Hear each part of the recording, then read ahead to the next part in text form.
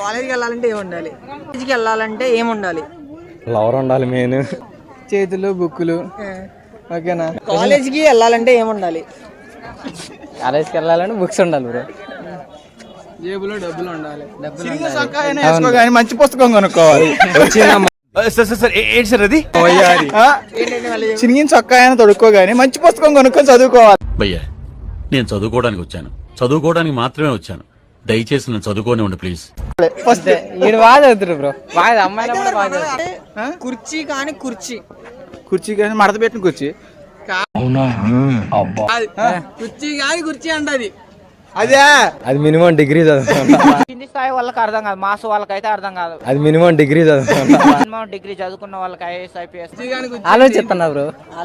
పర్లేదు. కాని తీసేసిన కుర్చీ. ఆ కుర్చీ కాని కుర్చీగా కాని తీసే మళ్ళీ అదే కుర్చీ.